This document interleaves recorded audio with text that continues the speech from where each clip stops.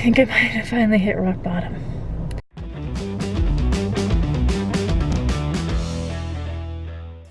Hey everyone, it's the Crazy Keto Girl, and I previously lost 121 pounds following a ketogenic diet in only a year.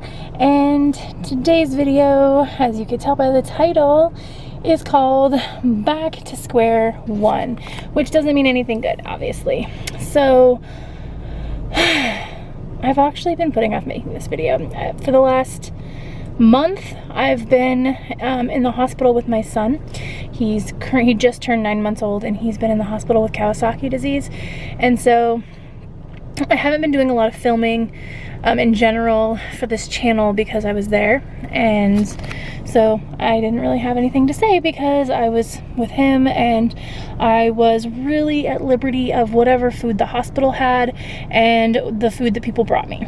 So the options weren't great. I will be honest about that, especially once we got transferred from the hospital we started at over to the children's hospital. The food took a steep nosedive. So at the first hospital, I was still having things like fish and there was like some good salads and things like that I was having. But once we transferred hospitals to the children's hospital, the entire menu just became like mac and cheese and nuggets, and like everything was fried and really heavy, and there really wasn't a lot of like lighter options. There really wasn't anything keto except for like, there was a chicken leg. I think that was it. Like everything was just super heavy, fried, processed, and just really, ugh, I was over it. I was so over it by the time we left. And so, yeah. For the last year and a half, I've been struggling, and if you've been on my channel, you've been seeing that. Not from lack of trying, not because I don't keep pushing forward and I don't keep trying. I do keep trying, but I feel like I maybe wasn't acknowledging that I still have a problem with my eating, like a big problem with my eating disorder. In my mind, I think I still felt like somehow I had it under some sort of control when I clearly do not. If you are new here, I have a binge eating disorder, and so losing weight while having a binge eating disorder is kind of a difficult thing, and it's frustrating because I know when I started my channel, I was super pumped. I was really excited to share my journey, and up to that point, I'd had a completely smooth journey. I hadn't really had any hiccups. I hadn't had any like tests of faith with my diet or anything like that. I just was continuously losing weight, and I was doing really great. I didn't have anything stressful going on in my life, really, so I wasn't being triggered to binge. But the last year and a half has been very, very difficult, and I don't know, it always just comes out sounding like an excuse, but basically things happened in my life. There was death, there was, hospitalization of my son, there was being pregnant, there was unsupportive hospital staff, there was all kinds of things. There's just a lot of emotion, a lot of stress, and those things are very triggering for me to binge. And instead of using different coping tools, or instead of fighting through those binge cues, which is really difficult to do, I'll be honest, but like, instead of trying to make those changes, I most of the time gave in to them, and it's gotten me where I am, which is back to square one. So in the last year and a half, I have regained all of the weight that I lost, and I think there was a few things that really made me face that. Yes, there have been hateful comments, and I have no qualms about the fact that I delete them, because I don't need to leave a bunch of people being jerks on my page. I don't need to leave that up, but they were mostly attacking keto by pointing out that I'm still fat. Yes, I clearly know that I am still fat. And they're like, obviously keto doesn't work because you're still fat and you've had a channel for a long time. And it sucks because you get in this defensive place where you don't want to be like, yeah, but all these things happen to me, and like I'm having a really hard time, and I have an eating disorder, and blah, blah, blah. Like, you know what I mean? Like, you want to defend yourself against these people to make them understand that not everyone has a pretty packaged, you started on day one and you just made it to your goal without any hiccups. That not everybody has that experience, and it sucks because I really believed when I made my channel that I would be one of those people. And I think it's just because at that point I had been one of those people. I'd been doing super awesome. And there had been no problems. There had been no hiccups. There had been no cheats. And so I was feeling real confident when I started my channel that I was going to be one of those people that got from point A to point B with no problems. But then they came and real life happened, and you know, things happen. And it's hard because I'm stuck between a couple of modes of thinking. Of part of me wants to like delete all those old videos and just like start over here on YouTube and like start fresh because that's what I'm doing. And the other part of me is like, no, you should leave those there so that other people who are struggling, who don't have that linear point A to point B progression as well, can see that they are not alone. And I think that part's gonna win. And I'm just gonna look like I'm just gonna look however it looks to people that I'm still fat and I regained all of the weight that I lost. And I've had some serious talks with some people recently. And one of my friends, I was telling her that like, when you get to a certain point, you kind of just start to feel like, what's the point? Like, why bother anymore? And it's a defeatist attitude, and it's one that I try not to have, but I was getting really depressed about the fact that I had gained so much weight, to the point now that, like, you know, again, the seatbelt in my car barely fits, and it's painful for me to stand because I have so much inflammation and swelling, especially in my ankles and feet. That standing is painful. Getting up off the couch is difficult and painful. And I know some of that was from being sedentary, because when I was in the hospital with Maverick, I was doing basically a lot of sitting. I sat in the hospital bed with him, I sat in the chair, and people brought everything to me. So even though I did get up once or twice a day and take him for a walk around the ICU floor in his little stroller thing, I wasn't really getting a lot of activity. I wasn't doing a lot of up and down like I normally do. And so use it or lose it. It goes quick. And I didn't realize how quick, especially when you're as big as I am, how big that like couple of weeks can be for somebody. Because especially when we were in ICU, which was 2 weeks, I wasn't doing a lot of moving. The 2 weeks before that, I did a little bit more, but as we went along, it was more just me sitting and hanging out with Maverick. So that's really tough, and it's like, you know, a lot of my clothes are getting too small again. So initially, when I very first started my ketogenic journey, I was 477 pounds, and I got down to 356.2 was my lowest adult weight. And that was when I actually went to Denver for the keto meetup with Jason Whitrock and Goody Beats and all of those amazing people. And it was a lot of fun. I really enjoyed it. I was so proud of myself for losing, you know, so much of my body weight, and for being able to fit in the airplane seat and going out of my comfort zone and going to a new state that I had never been to, and getting a car and finding all of this stuff all by myself. Like, I was so proud of myself. And I feel like after that is when things started kind of coming downhill at home, just with life stuff and like my emotional state. And so it's a big complicated ball, and I realize now that I can't fix it by myself. And I really thought that I could, or thought that I had it under control. You know, my mental health stuff, which I don't think people give enough credence to when they think about losing weight. I don't think they really factor in mental health as a very important component. Like, if you struggle with depression and anxiety or bipolar disorder, which I do, those things can impact your abilities, especially if you're not treating them, and you're not going to counseling, and you're not working on fixing those issues, if you're not working on improving yourself.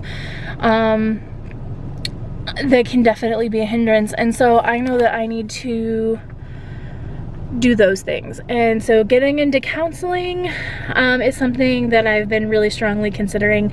I've been debating whether or not I want to go to a regular counselor, or if I want to try to find like a food addiction specialist, or if I want to find like an eating disorder counselor. I actually have a friend here that sees one, and I've thought about asking for their information to try to work on this. Because it's really embarrassing, and it's humiliating to have gone so far and to be back where I started, and you have so many people watching me fail. And it's not from not wanting it, it's not from not trying, it's not that I don't realize that being this big is unhealthy or that it's going to kill me. And one of my friends said something to me that really got to me, and she was talking about self-harm is what we were talking about. And I used to, way back like 20 years ago, I was a self-harmer, and I was like, well, I don't do that anymore. And she's just like, well, she basically said that she self-harms with food by neglecting to give herself food because she refuses to eat a lot, or she just doesn't think about eating. And so she was saying that she self-harms with food. And then I thought about it, and I'm like, you know what? I think that's fair. I think that's how I think I do too. I think I self-harm with food because what I'm doing is harming my body. It is harming my life. It is harming the longevity of my life, and it will impact everybody around me. So I might not be physically, you know, leaving marks on myself or, you know, going out of my way to like hurt myself in an outward way in that way, but like the way that I'm choosing to eat and the way that I'm giving into those binge cues, and I'm not taking care of my mental health, and I'm not doing these things for myself, is a form of self-harm. And I never considered it that way. I never thought about it that way. And like when I was telling you about my friend who I told that you know, sometimes you get to this point where you're just like, what's the point? Like, you know, like I regained 120 pounds. Like I'm having to start all over again, and like, you know, I've already messed it up. Like, what's the point? Like, what's the point in starting right now? Like, I can just wait till tomorrow. And she said, if you cracked your phone screen, would you just throw it under your car and run it over? And then, like, it made me laugh at first, but I thought about it, and I'm like, yeah, I guess that makes sense. Like, just because you've messed up doesn't mean that you just completely give up and wreck everything. And I know that, and I never do. You guys have been here. You know I never just completely give up. Because I can't, for one, and I don't want to. I don't want to give up, and and I'm always really frustrated with myself after a binge, and I'm always really frustrated with myself when I see the scale go up. And now, you know, when I have clothes that don't fit, and I'm struggling to get my seatbelt on, and I'm struggling to even stand to help my 5-year-old take a shower. Like,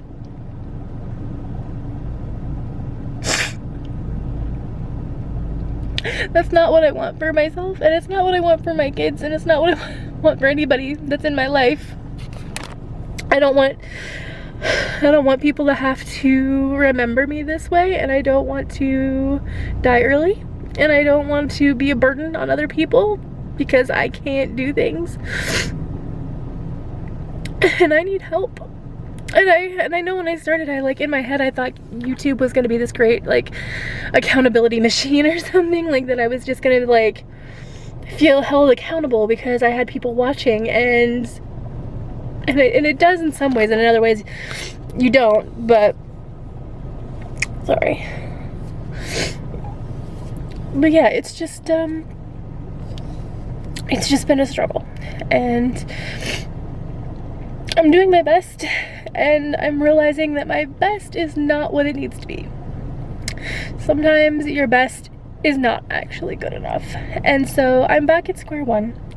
And I want to thank all of you guys that have been here with me and have like stuck by me and been so kind and so supportive. And people, like, there was a big outpouring of love and like great messages and inboxing stuff about my son when I was posting about that on here in the community tab, as well as over on Instagram about my son being sick. Everybody was super supportive, and I really, really appreciated it. You guys don't even know, like, you guys are, you know, my little YouTube and Instagram family, and I like appreciate you guys so much.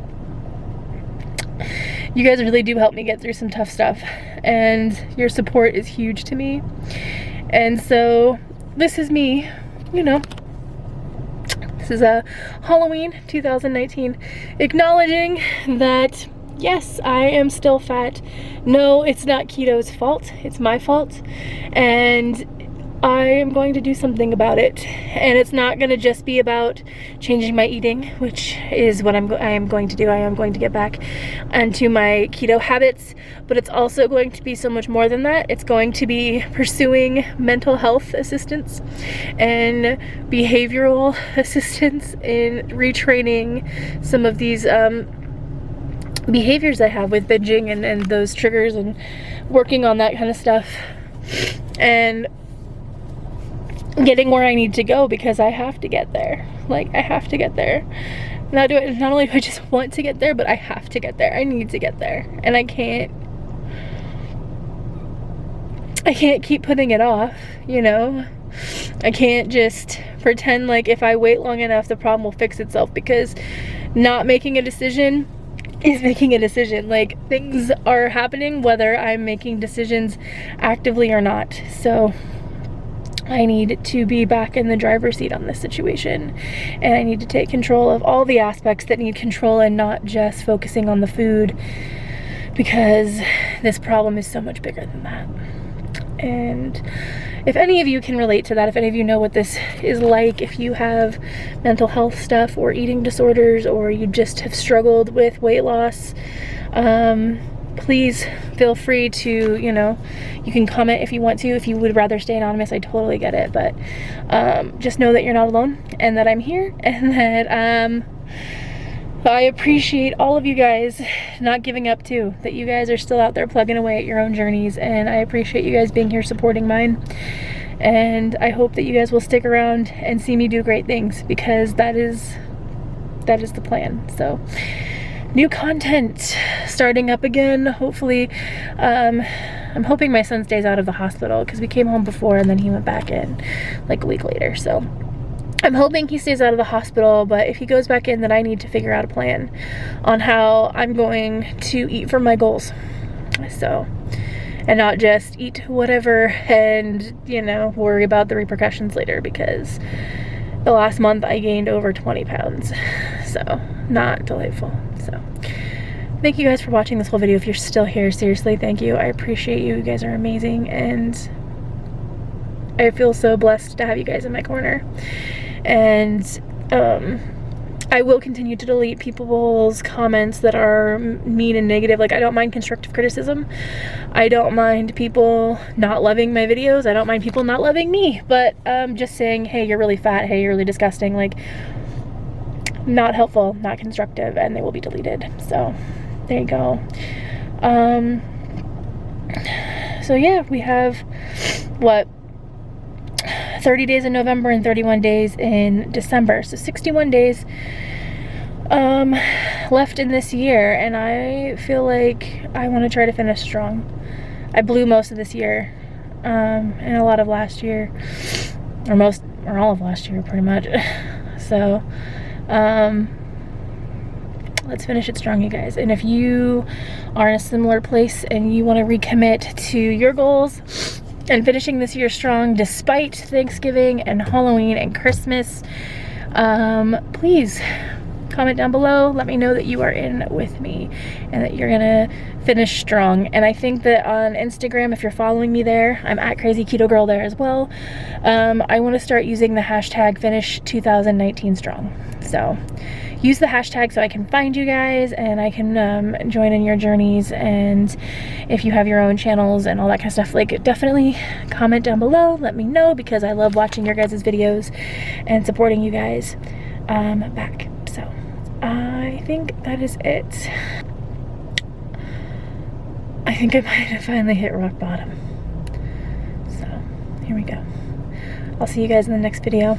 Until then, I think we should bring back my old outro, because it's going to be more important than ever that I remember to take it one meal at a time, one workout at a time, one day at a time. We got this.